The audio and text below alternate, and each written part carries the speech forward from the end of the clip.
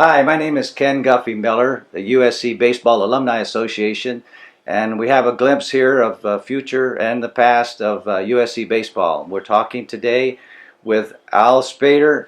Al played for USC back in the 1940s. He lettered 3 years, 1942, 43, and 46, and he's the oldest living USC ball player today. So I'm happy to say and honored to be here, Al, and talk to you. Would like to ask you just a few questions about your history at USC. But before we do that, why don't you start us off with a little bit about you before you got to SC. Where'd you grow up, and tell us a little bit about your early life before SC. All right. Well, I grew up in the southwest part of Los Angeles, and around, fortunately, where there were a lot of playgrounds and played a lot of baseball. And my first year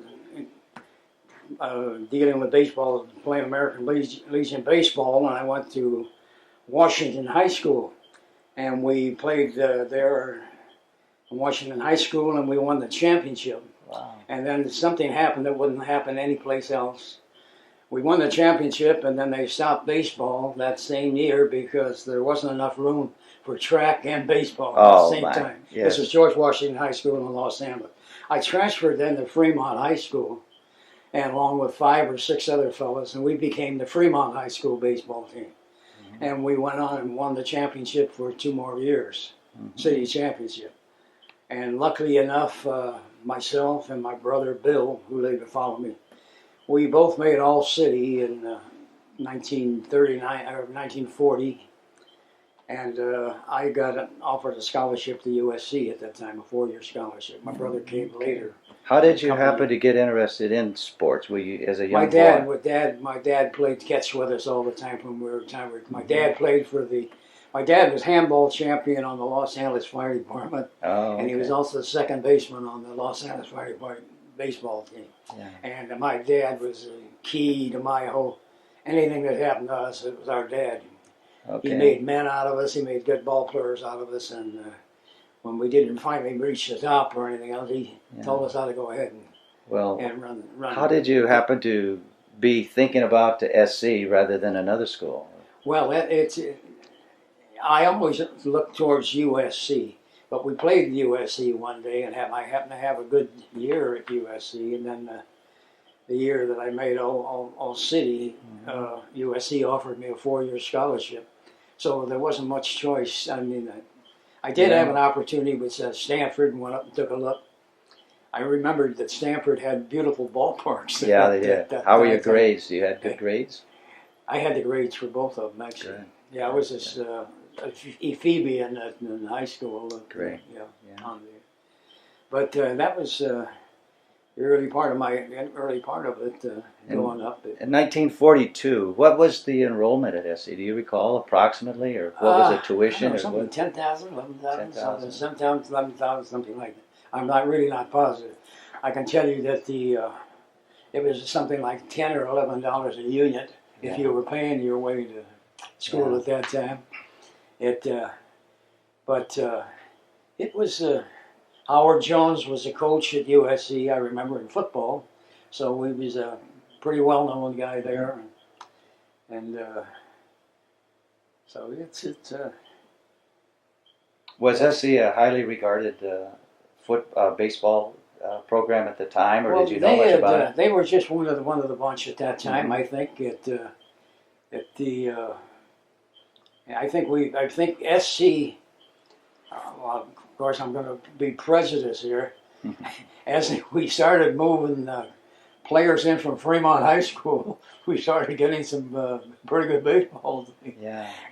There, but there were many good ball players. What do you remember as your first experience? You put on your uniform and you tried. Were you playing at Bovard Field? Bovard Field. Played at Bovard Field and was never so excited to be able to be a Trojan and to play for the University of Southern California. Yeah. It was quite an honor. Yeah. Actually, I played the first year as a freshman. It was a pretty quiet year because you're playing someplace where no one's watching you play. Right. But we had a good team, and it was fun playing to represent SC meant a lot. Let me tell you, it meant a lot to put on that uniform. Were the wool uniforms? Is that what you played in? The big old wool uniforms, they, not they, like they, today. they were regular wool uniforms, Yeah. but we and we used the regular bats, of course. When we No aluminum. no, yeah, No that's aluminum. exactly. How right. about you? Didn't have helmets either in those years, did you? No, we didn't have any helmets, and we didn't have to get out of the box to put the tire gloves. Yeah. We didn't have any gloves. We didn't have any nothing for the shin. Shin guards. You didn't Shin have guards. those. Didn't have the shin guard either. Mm-hmm. Well, the catcher had the shin guard, obviously, with catching, but there was no. There wasn't as much going on around the plate as there is now in baseball and professional baseball. Yeah. The walking around the plate, the walking around the. Yeah. What else do you recall as the difference playing back in those years as opposed to playing now?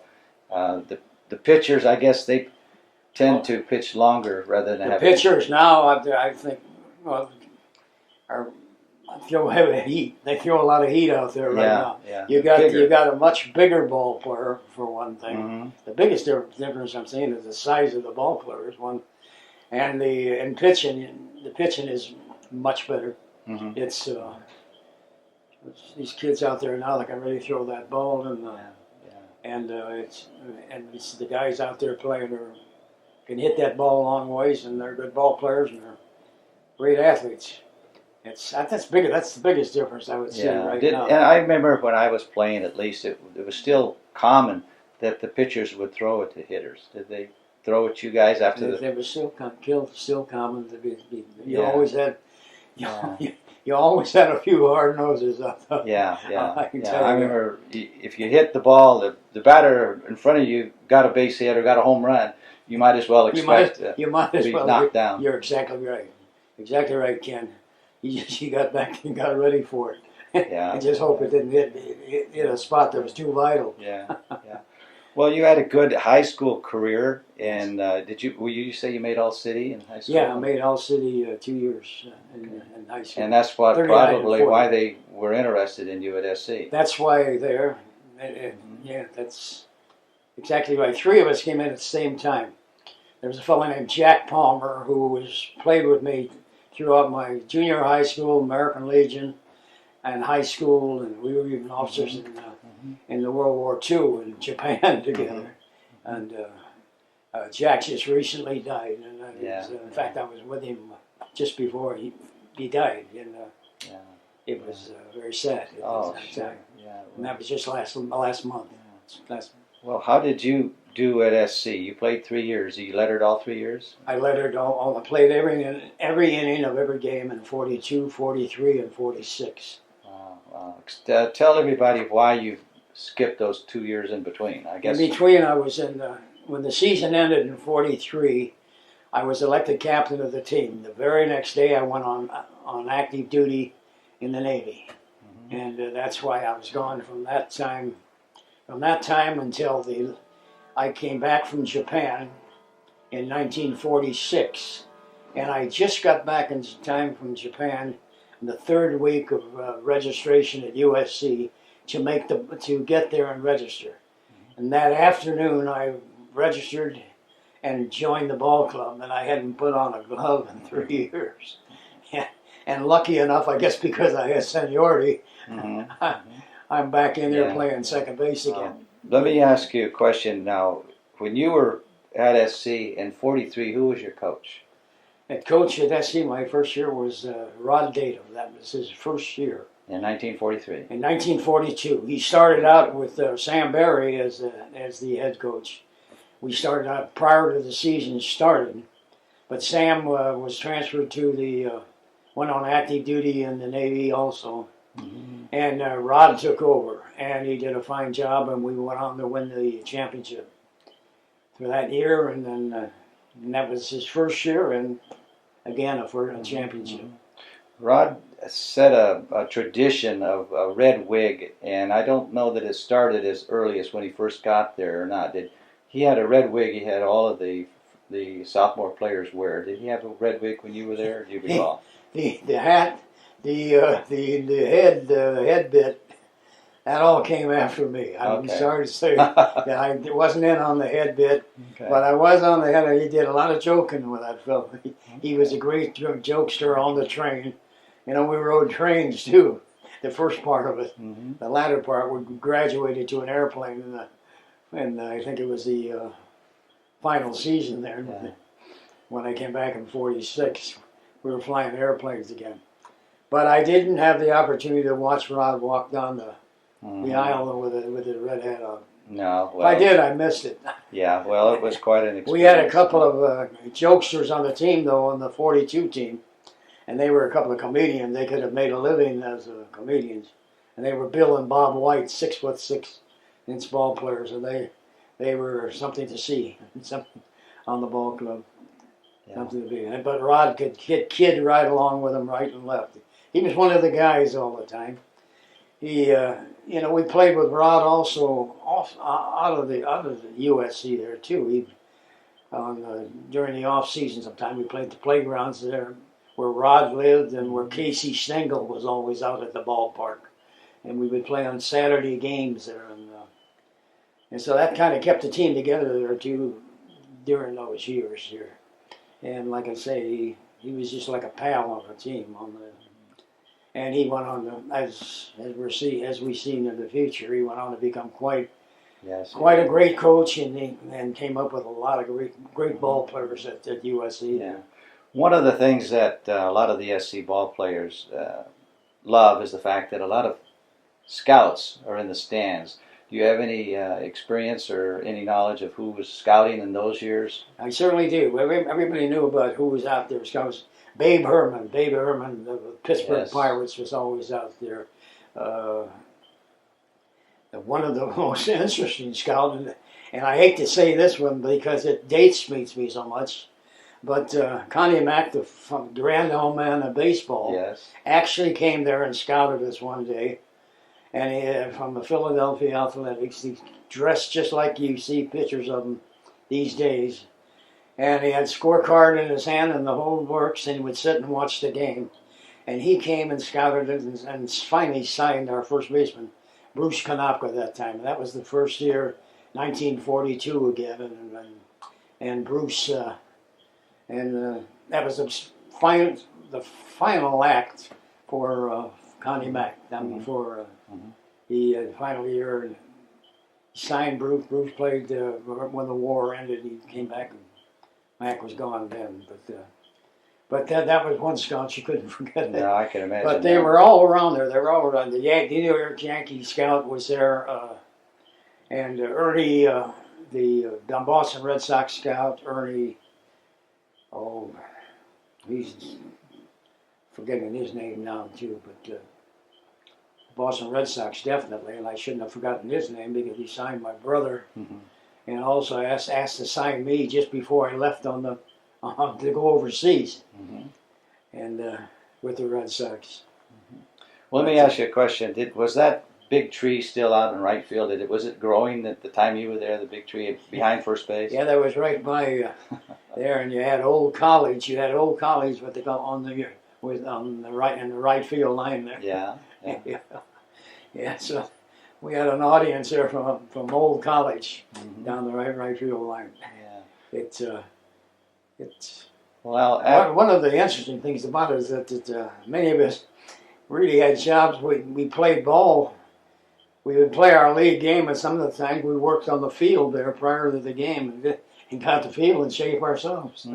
Did you get paid for that? Did they have a job for the athletes? Had a job. Also? They called it an O&M job at that time. Oh, and then I forget and maintenance, something like that, maintenance. And we did get a certain amount of money for that work, and we had to put in so many hours. We had to put in 20 to 40 hours a month all the time to get our money. Okay. And it was $20 or $40 or something like that was the fee. And the money that we made at that time. We didn't become millionaires there. No, but it was fun. It was a lot of fun. That's right. It certainly was. Now that you were a senior and you were graduating, what happened to you then? When I graduated USC, of course, I did eventually sign with the Yankees and went to Portland. and played a few games with Portland, and then their Salem Ball Club was in the contention for to win the championship. Mm-hmm. So they sent me down to play with them because they had lost the second baseman, and we managed to not win the championship after I got there. And but that was my first year. Then I went spring training again with Portland the following year, and actually that was in 1947, and it was a year that everybody came back from the service. We had 9 second basemen, and I'll never forget it. But I luckily had 2 or 3 good days in spring training games against the Cleveland Indians and the Pittsburgh Pirates, and I ended up winning the job. Mm-hmm. But the sad part of that particular story was I won the job. I was a starting second baseman in my hometown. Starting second base in Wrigley Field against the Los Angeles Angels. Oh, yes. 5 minutes before the game, the manager, Jim Milkman Turner, called me aside and said, "We just signed so-and-so and so-and-so, Johnny Rukadinovic, who played in the majors last year as second base, and I got to take a look at him now." And I'll never forget it. I said, "Today, I said, I'm leadoff hitter in the scorecard." Yeah. But anyway, that's what happened. And Johnny Radulovic, the guy who got in the ball game, he got 4 for 4. And so that was my debut on opening day. Mm-hmm. After that picture of me in the Times and my dad was there and all my buddies were there. I'll never forget that one. But it tells you something in baseball. You better be prepared for anything in baseball. Anything can happen. It's a tough game, and this guy Radulovic turned out to be a heck of a nice guy too. Yeah. Friend for life. Yeah. But so, well, how many years you play in professional? I played in from 46. I started, so it was half the season, as I said, and then my last year was 1952, and this is after I really finished in 51, and I took a job as the head of in an organization, McDonnell Douglas. Mm-hmm. Douglas Aircraft. It wasn't McDonnell at that time. And my ex-manager, my ex-buddy on the Clint Cameron that had played with me in Pro Ball, was managing in Modesto. He said, "Al, we got a chance for a championship. We need a second baseman." Mm-hmm. And he called, "Can he get away for 6 months and finish the season?" And I tried it, and they did. They signed me. They signed me to the contract. They had a deal there in the California State League that 3 ball players could be paid much more money than anybody else on the ball club. And so I inherited one of those deals. I became the highest paid guy on the ball club. And unfortunately, they didn't win the pennant because I got there. Yeah, well. But I didn't hurt the chances, but we didn't win because I got there. Right. So I can't finish the story that way. But that was my last year. And then from there, I was in aerospace for the next 36 years. What did you major in school? I majored in personnel management, industrial management, personnel management, and came back over the years. I came back and picked up enough to get my master's back. Okay. And when did you get married? Pardon me. I got married in. You were playing ball or afterwards? No, I got married after I played baseball. Yeah, I didn't get married until after I played. I got married in 19. I'm going to be. The fact is, I got married on August 19th. Mm-hmm. And it's going to be 59 years in the next congratulations. 2 weeks. That's wonderful. 59 years. And I have a beautiful wife. And yes, she is. It's been a pleasure being married to her. Great. Well, a lot of people are watching this video, will watch it over the years, and a lot of younger kids will be seeing it. If you had any advice for young kids that wanted to go to college or play ball, is there anything that you'd probably tell them as far as preparation or anything like that? Yeah, I would say definitely yes. Number one, to try to compete in sports all that you can, for one thing. Mm-hmm. And when you compete in sports, not only I think the most important thing is realize that you can get good in sports, but you always can get better. You have to keep working at it because there's so many of them that can do the same thing just as well.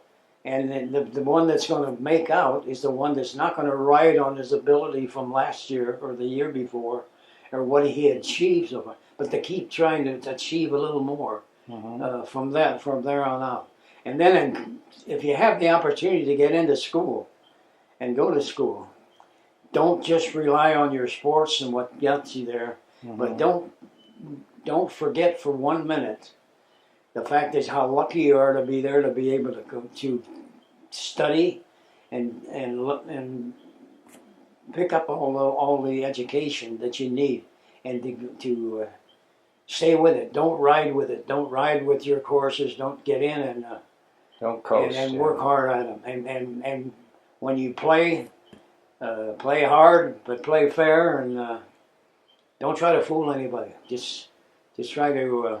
Those are things that are important the rest of your life. They're important in your relationships when you're playing professionally too. It's